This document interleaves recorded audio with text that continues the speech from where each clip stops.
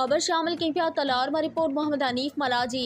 तलार में माजूर कोटा समेत अशर ज़कावात में नज़रअंदाज स्पेशल पर्सन बिन हफ्तन का सरापा एहतजाज बणियल। अॼु 15 ॾींहं ते माज़ूरन गिची में मानियूं ॿधे प्रेस क्लब अॻियां अनोखो एहतजाज कयो।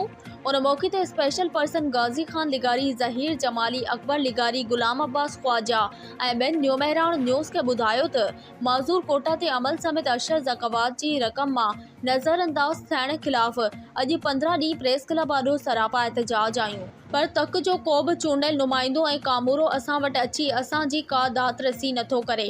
रमज़ान जो बलारो महीनो शुरू थी रहियो आहे। असांजे घरनि में फाका कशी वारी नौबत आहे। असांजा मासूम ॿार बुखूं काटे रहिया आहिनि।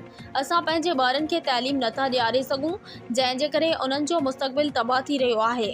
बीमारी जी हालत में तमामु सख़्त परेशानियुनि खे मुंहुं ॾियण ते मजबूर आहियूं।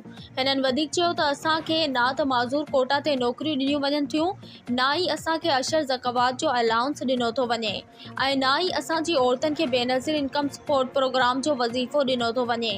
आख़िर असां स्पेशल पर्सन सां एतिरो वॾो ज़ुल्म छो कयो पियो वञे। बुख हड़ताल ते वेठल special person PP chairman Bilawal Bhutto Zardari वज़ीर आला सिंध सईद मुराद अली शाह खां मुतालबो कयो आहे त नोटिस वठी असां माज़ूरनि जा मसला हल कया वञनि। ॿी सूरत में मसला हल थियण ताईं एहतजाज जो सिलसिलो जारी रहंदो।